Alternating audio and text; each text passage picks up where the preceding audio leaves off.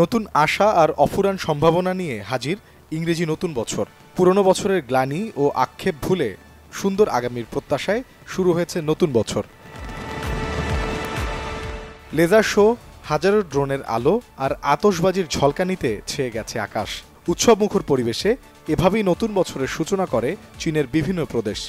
উত্তর চীনের হেবেই প্রদেশে নতুন বছর উপলক্ষে আয়োজন করা হয় কনসার্ট, লোকশিল্প প্রদর্শনী ও সাংস্কৃতিক পরিবেশনা।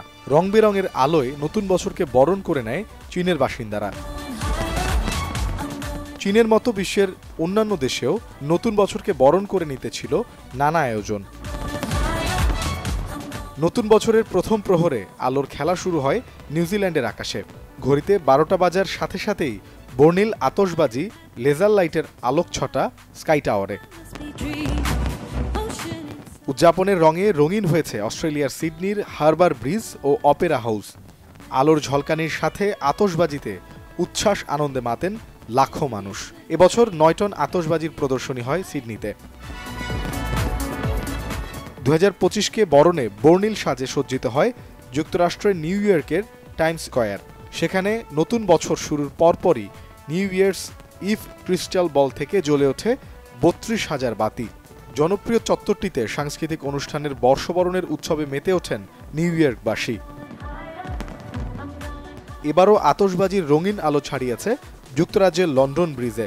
থাইল্যান্ডের ব্যাংককে নতুন বছর উপলক্ষে চলছে 3 দিনের উৎসব। সিরিয়ার রাজধানী দামেস্কেও হয়েছে উদযাপন। খ্রিস্টান মার্কেটে আতশবাজির ধ্বনিতে নতুন বছরকে স্বাগত জানিয়েছেন সিরীয়রা, উড়িয়েছেন দেশের পতাকা।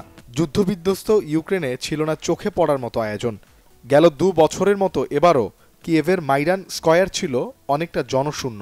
নতুন বছরে যুদ্ধের সমাপ্তি দেখার আশায় কিয়েভবাসী। এদিকে মধ্যপ্রাচ্যের দেশগুলোতেও বর্ষবরণ উপলক্ষে ছিল জমজমাট আয়োজন। নতুন বছর শুরুর সাথে সাথে আতশবাজি আর লেজার লাইটের রং বেরঙের আলোতে ঝলমল করে ওঠে বিশ্বের সুউচ্চ ভবন দুবাইয়ের বুর্জ খলিফা। কাতারের দ্বিতীয় বড় শহর লুসাইলের বুলেভার্দে হয় ড্রোন শো ও আতশবাজির প্রদর্শনী।